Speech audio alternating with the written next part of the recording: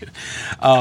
But I want to have you share a little bit about the podcast, and or I'm sorry, I wanted you to share a little bit about the mission of the podcast and why it's so important to caregivers. All right. Well, as you said, I'm wiser. So I like that attitude. Yes. So when we went into it, we did design a mission, and that kind of Natalie and I refer back to our corporate, backgrounds. We're like, okay, why are we doing this? Very serious.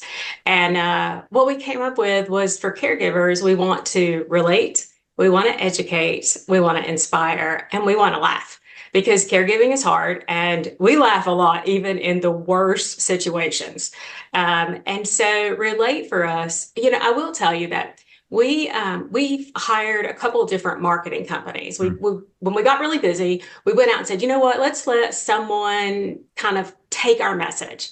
And what we find is that when we're not sharing the message of our heart, when we're just sharing just the information, we lose the relatability. So when we come back to us, we're sharing this hot mess of, we fight over banana pudding recipes. I've talked to mom and someone stole all of her clothes at the assisted living facility.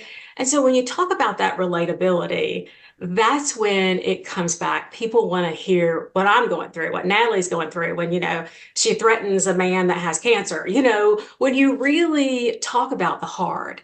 As far as, that's our relatability, our education ability, that is, we found out about a caregiver program where you can actually arrest a program where you can get $700 a month, $600, $700 a month.